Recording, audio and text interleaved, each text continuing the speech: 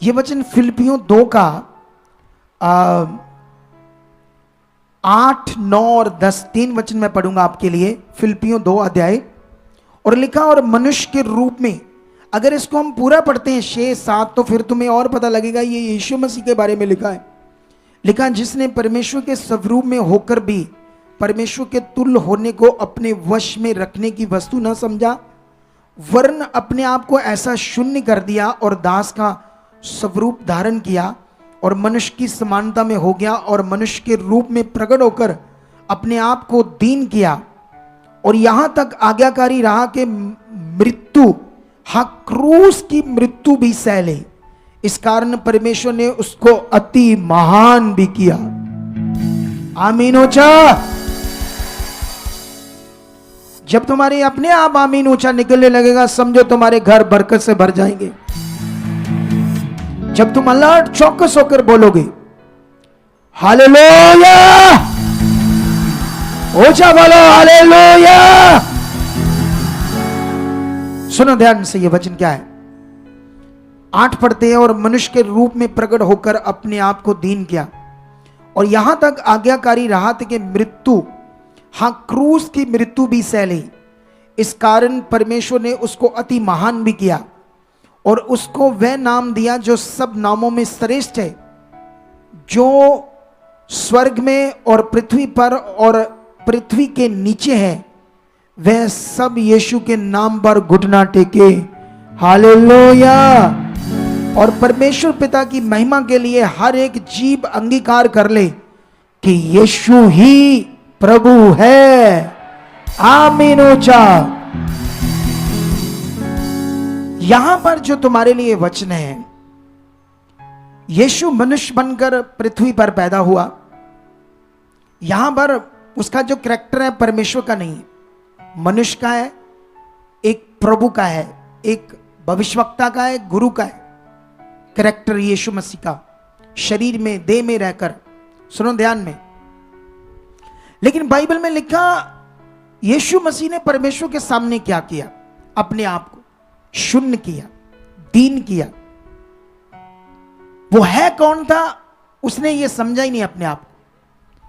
इतना मन बड़ा किया उसने। और बाइबल में लिखा, इतनी ज्यादा आज्ञाकारी की, वो आज्ञाकारी की जिसमें मृत्यु, हाँ क्रूस की मृत्यु को भी सह लिया।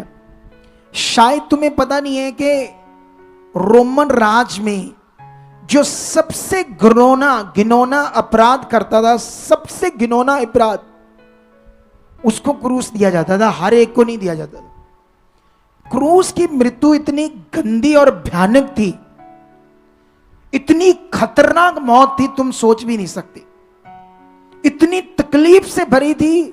और यीशु मसीह ने यहां तक आज्ञाकारी की, वो जानता था कि मैं आज्ञाकारी करूंगा परमेश्वर के लिए, अपने पिता की इच्छा को क्या करूंगा? पूरा करूंगा। कितनों को बात समझ आ रही है? मौत को सह लिया, उस क्रूस की खतरनाक मौत को सह लिया। और बाइबल में लिखा, जिस कारण परमेश्वर ने उसे अति महान किया, वह नाम दिया जो सबसे श्रेष्ठ है।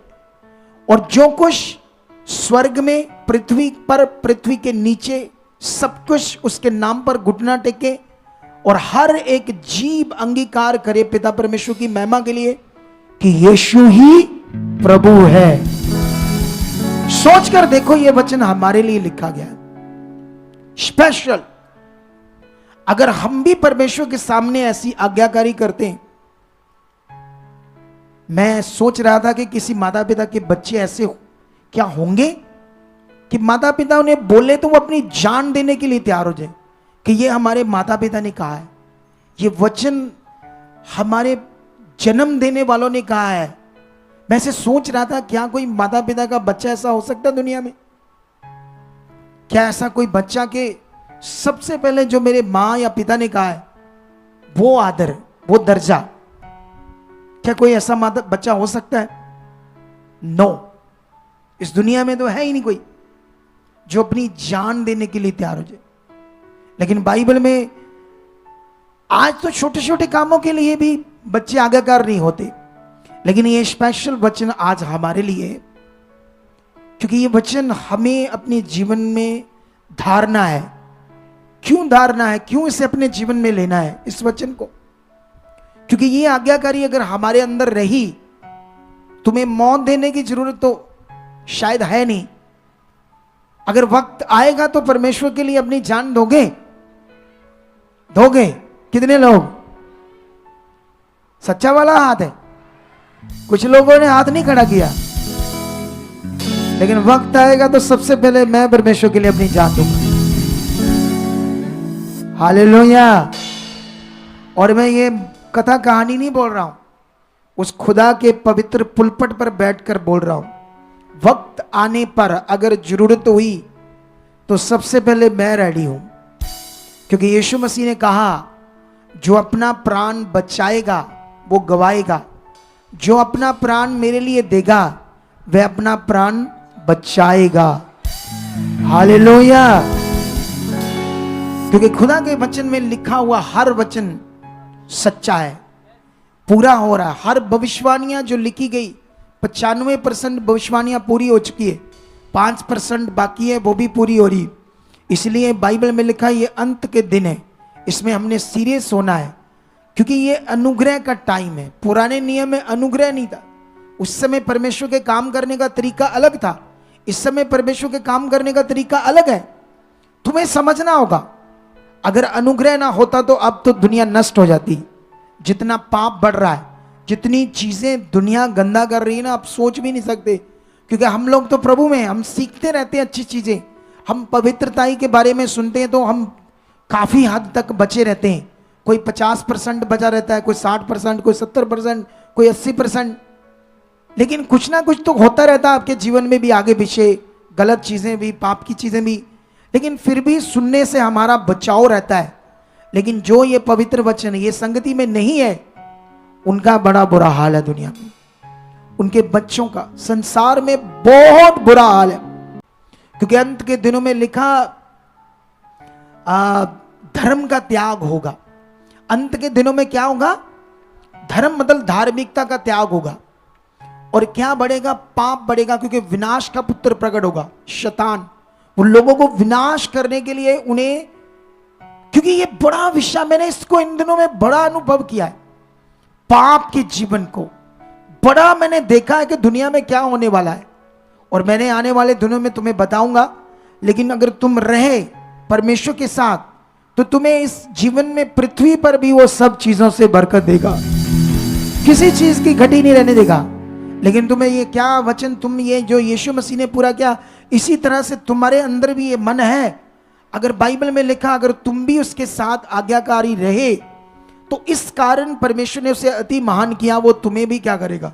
जैसे उसने मूसा को अति महान किया, जैसे उसने अब्राहम को इतना महान किया कि उसके जितना रिच अमीर कोई नहीं था उस दुनिया में।